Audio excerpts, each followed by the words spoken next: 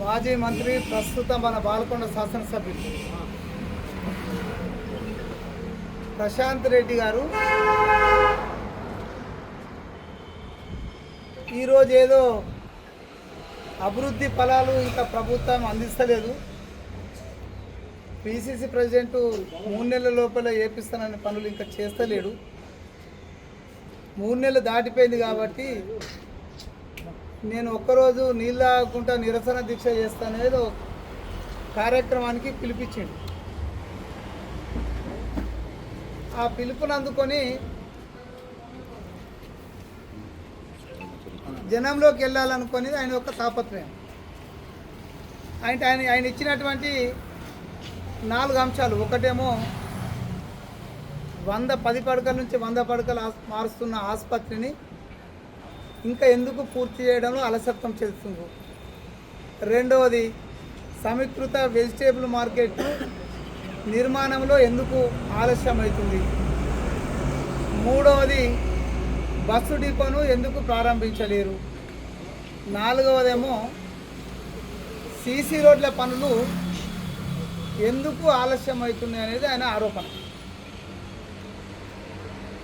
ఈ 4 ఆరోపణల పైన నేను వివరంగా మీకు పత్రికా సోదరుల ద్వారా ఈ జిల్లా ప్రజలకు, ముఖ్యంగా బాల్కొండ నియోజక ప్రజలకు వాస్తవాలు అందజేయాలనే ఒక కార్యక్రమంలో భాగంగానే ఈరోజు కమ్మర్పల్లి మండల కాంగ్రెస్ అధ్యక్షుడి ఆధ్వర్యంలో మా సోదరులు ఇటు 2 మార్కెట్ కమిటీ చైర్మన్లు కమ్మర్పల్లి అండ్ వేల్పూర్, దాంతోపాటు సర్పంచులు, ముఖ్య నాయకులు అందరం కలిసి వాస్తవాలు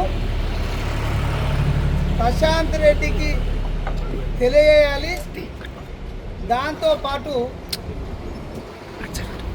ఈ రాష్ట్రంలో టీఆర్ఎస్ పార్టీ నాయకులు కేటీఆర్, హరీష్ రావు ఏ విధంగా అబద్ధాలు మాట్లాడి ప్రజలను మభ్యపెడుతున్నారో దాన్ని అనుకరిస్తూ చేస్తున్నటువంటి ఈయన ఒక రకంగా చెప్పాలంటే డబ్బింగ్ చేస్తుండు. ఇక్కడ వాళ్ళిద్దరు చేసేదాన్ని ఇక్కడ అబద్ధాలు మాట్లాడడానికి డబ్బింగ్ చేస్తుండు. మీకు ఇక్కడ ఉదాహరణకు ఒక్కొక్కటి మీకు చూపిస్తా. ఇది 100 పడకల ఆసుపత్రి కొరకు తన్నీరు హరీష్ రావు గారితో 18/6/2022 రోజు నాడు శంకుస్థాపన చేయించింది. అదేవిధంగా భీమ్గల్లో సమీకృత వెజిటేబుల్ మార్కెట్ కూడా అదే రోజు 7/12/2021 ఇది 21లో ఆ 100 పడకల ఆసుపత్రి ఏమో 22లో శంకుస్థాపన చేసిండ్రు. ఇక డిపో గురించి మాట్లాడే నైతిక హక్కు లేని ప్రశాంత్ రెడ్డి 17/9/2023 అంటే ఒక వారం రోజులు 10 రోజుల ముందు, నోటిఫికేషన్ కంటే 10 రోజుల ముందు దానికి హడావిడిగా అప్పుడు ఉన్నటువంటి ఎమ్మెల్యేలందరినీ పిలుచుకొని ఇక నా అంత పురుషత్తు లేడు, నా అంత బౌద్ధుడు లేడని ఆ రోజు పునః ప్రారంభించడానికి ఒక ప్రయత్నం చేసిండు. ఆ ప్రయత్నం కూడా ఎట్లా చేసిండు, పూర్తి స్థాయిలో సిబ్బంది నియమించలేరు, పూర్తి స్థాయిలో బస్సులను ఏర్పాటు చేయలేరు. మీకు పత్రికా సోదరులకు తెలుసు, 6 డిపో బస్సులకు కనీసం ప్రింట్ వేయించైనా భీమ్గలను రాయలే, దానికి పేపర్లు అంటేసి భీమ్గలను తీసుకొచ్చినటువంటి పరిస్థితి ప్రశాంత్ రెడ్డి. మరి ఇదేమో ప్రశాంత్ రెడ్డి కేవలం భీమ్గల్ మండలంలో ఉన్నటువంటి ప్రజల సెంటిమెంట్ను దృష్టిలో పెట్టుకొని అలా ఓట్లు దండుకోవడానికి చేసి ఆయన లక్ష్యం నెరవేరింది తప్ప ప్రజల ఆకాంక్ష నెరవేరకపోవడం ఏదైతుందో అది దురదృష్టకరమైన విషయం. ఆయన లక్ష్యం ఏంది, డిపో పేరు చెప్పి భీమ్గల్లో ఓట్లు దండుకోవాలనుకున్నాడు, అప్పనంగా దోసుకున్నాడు.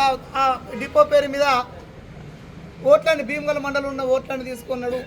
మరి కానీ ఆ ఆకాంక్ష నెరవేరడంలో ఎందుకు తప్పులు చేశామని నేను ప్రశాంత్ రెడ్డిని నేరుగా ప్రశ్నిస్తున్నా.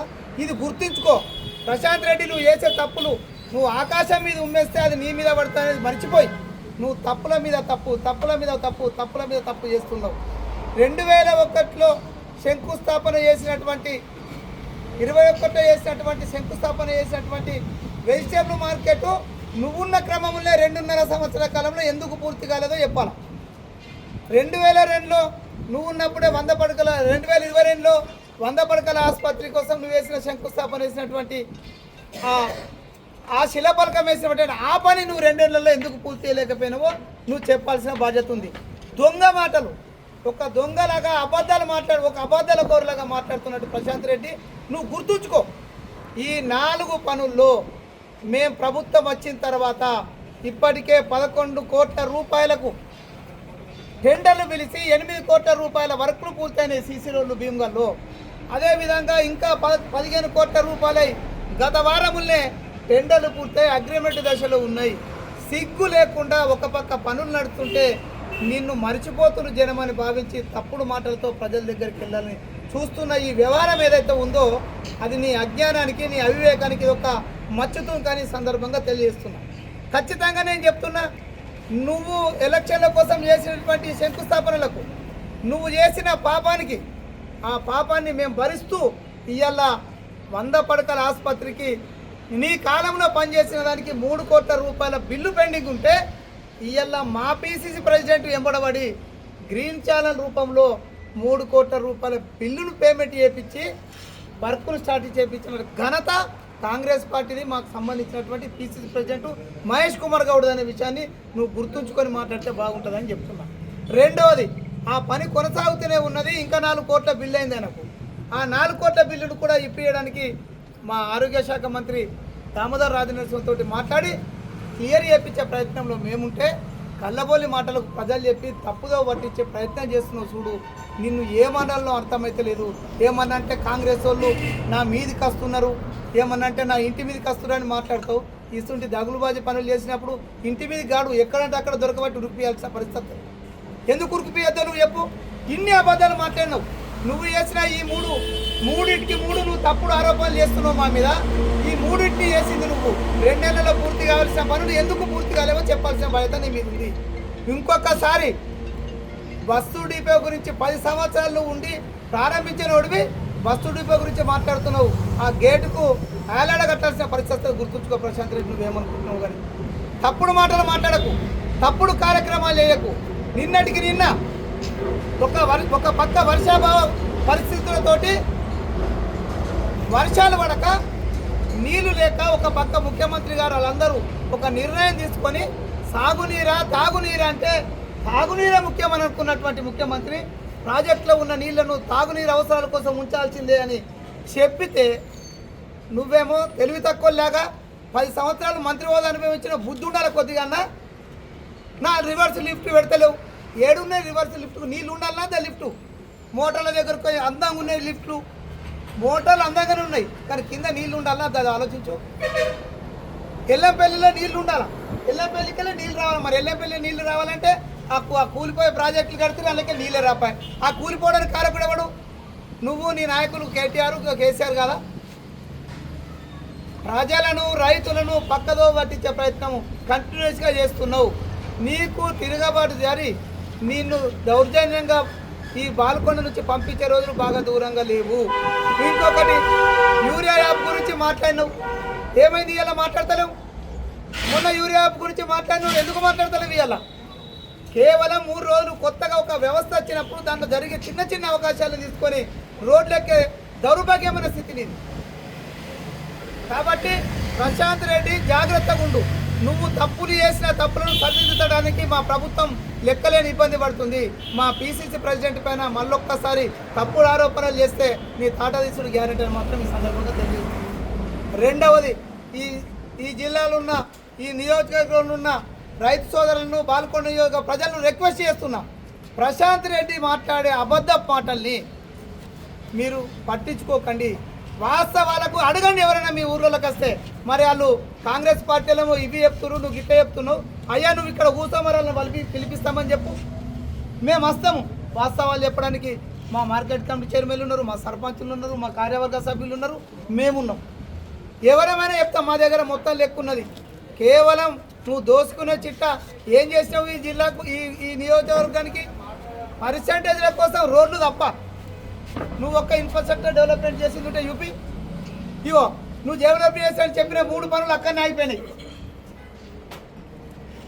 ఎలక్షన్లకు ముందు నీ పాపానికి ఈ నియోజకవర్గంలో ఉన్నటువంటి కుల సంఘాల పెద్దలు నీ పాపానికి కాగితాలు పప్పు బెల్లాలు వచ్చి పెట్టినట్టు సంఘానికో 5 లక్షలు, సంఘానికో 10 లక్షలు అనుకుంటా నువ్వు కాగితాలు ఇచ్చి ఇవాళ కుల సంఘ వాళ్ళందరూ ఆడ ఆర్థిక క్రమశిక్షణ లేకుండా ఆర్థికంగా అప్రూవ్ లేకుండా నువ్వు ఇచ్చినటువంటి కుల సంఘాల పెద్దలు ఇయ్యాలు ఒక్కొక్కరు రోడ్డు మీదకి వచ్చి మా బిల్లులు వస్తలేవంటే సిగ్గు అనిపించలేదు కొద్దిగా సిగ్గు అనిపించాలి కదా నీకు పప్పు పిల్లలు వచ్చినట్టు వచ్చినావు ఇంటి సంఘంకి ఒక ప్రెసిడెంట్ కాపీ సంఘంకి ఒక ప్రెసిడెంట్ కాపీ సంఘంకి ఒక ప్రెసిడెంట్ కాపీ ఏం ఆర్థికమైన అప్రూవల్ తీసుకున్నావా చూపి నీకు దమ్ముంటే ఆనాటి ఫైనాన్స్ క్లియరెన్స్ ఉన్నది చెప్పు నీకు ఈ నియోజకవర్గంలో ఇచ్చినట్టు 100 కోట్ల ప్రొసీడింగ్లు ఇచ్చినావు నువ్వు తప్పుడు ప్రొసీడింగ్లు ఇవాళ దానికి ఎవడు బలేండు ఈ నియోజకవర్గంలో ఉన్న కుల సంఘాల పెద్దలు పాపం వాళ్ళు చిన్న చిన్న సంఘాలలో కూడా చిన్న చిన్న కులస్తులు కూడా అందరూ కూడా 1,50,000 కలిపి బిల్డింగులు కట్టుకుంటే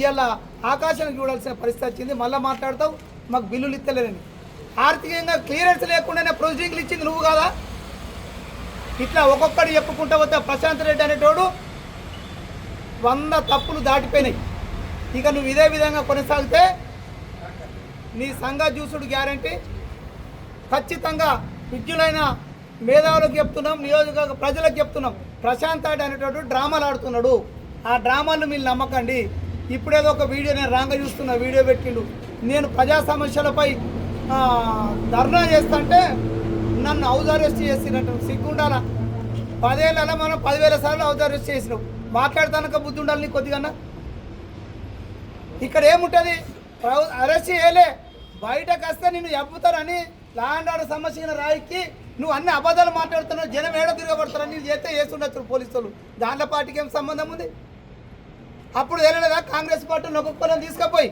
మా మండల పాయింట్లను మా కార్యకర్తలను తీసుకెళ్ళి ఇక్కడికి తీసుకు కోటగిరిలో పెట్టించిన నువ్వు బుద్ధి ఉండాలని నీకు కొద్దిగా ప్రశాంత్ రెడ్డి తస్మాత్ జాగ్రత్త అబద్ధ మాట్లాడుతాడు గతంలో కూడా ఇట్లా చేసినావు గల్ఫ్ కార్మికులకు మేము ఎక్స్గ్రెస్ ఇస్తే నువ్వు ఆ రోజు ఏం చెప్పినావు ఇస్తలేనని చెప్పి తర్వాత 4 కలుసుకొని మళ్ళీ తర్వాత తప్పైందనే పద్ధతిలో వెళ్ళిపోయాను ఇంటికి వస్తే నీకు ఉంది వాస్తవాలు చెప్తున్నావు చెప్పు నువ్వు ఇలా వేల్పూర్లో ఉండి ఇట్లనే నేను 5 డెలిగేషన్లు తీసుకొని వస్తా నువ్వు 5 తీసుకొచ్చుకో ఆడ కూర్చుని పెట్టి మాట్లాడదాం ఎవరిది తప్పు అయితే అది వేల్పూర్ గాంధీ దగ్గర ముక్కు రాద్దాం మా తప్పు అయితే మేము రాద్దాం నీ తప్పు అయితే నువ్వు రాయాలా మరి సిద్ధంగా ఉన్నావు చెప్పు ఇది మాట్లాడవు కాంగ్రెస్ వాళ్ళు నన్ను వట్టిగా తిడుతున్నారు నన్ను దొంగ అంటున్నాడు నన్ను లంగ అంటున్నాడు అన్ని లంగ పనులు చేస్తే లంగనకపోతే ఏమంటారు కాబట్టి ఈ 4 ఏవి అయితే ఈరోజు దీక్ష చేస్తానని అబద్ధపు మాటలతోటి మాట్లాడిండో ప్రశాంత్ రెడ్డి కళ్ళు తెరువు 100 పడకల ఆసుపత్రికి సంబంధించింది పూర్తిగా పనులు నడుస్తున్నాయి పైసలు ఇప్పిస్తున్నాం సమీకృత మార్కెట్ కమిటీకి కూడా డబ్బులు వచ్చినాయి పనులు నడుస్తున్నాయి ఇక డిపో విషయంలో మాట్లాడతామంటే నిన్ను ఉరికించి కొట్టు మాత్రం గ్యారంటీ 10 ఏళ్లలో నువ్వు వేయకుండా పక్కన పెట్టేసి మమ్మల్ని అంటావా డిపో చాలు చేస్తలేదని ఇక భీమగల్ పట్టణ ప్రజలకు కూడా ఎలాంటి ఇబ్బంది లేదు 28 కోట్లతోటి డెవలప్మెంట్ పనులు నిర్విర్యంగా కొనసాగుతున్నాయి మా పిసిసి ప్రెసిడెంట్ గారి నాయకత్వంలో మా జిల్లాలో ఉన్నటువంటి రాష్ట్ర ముఖ్యమంత్రి గారి సారథ్యంలో మా రాష్ట్రంలో ఉన్నటువంటి మంత్రులు అన్ని విభాగాలతోటి భీమగల్ కానీ బాల్కొండ కానీ అభివృద్ధిని దత్తత తీసుకొని పనిచేస్తున్నారు నువ్వు తప్పుడు మాటలు మాట్లాడితే ఇక మొన్నటి వరకు అంటే మా కార్యకర్తలు ఊరుకున్నారు కానీ ఇక ఉరికిపించుకుంటూ మాత్రం గ్యారంటీ అనే విషయాన్ని తెలియజేస్తూ ఖచ్చితంగా వీటిపైన నువ్వు సమాధానం చెప్పకపోతే మరొక్కసారి నువ్వు ఎక్కడ నిల్చున్నా ఎక్కడికి వచ్చినా ఏ గ్రామానికి వచ్చినా నేను ఎక్కడెక్కడ నిలదీసుడు కాంగ్రెస్ పార్టీ కార్యకర్తలుగా మేమందరం ఇక్కడనే ప్రతినబూతున్నాం ఈ వీటిపైన నువ్వు జవాబులు కరెక్ట్ చెప్పకపోతే అంటే నీ సంగతి చూసేది గ్యారంటీ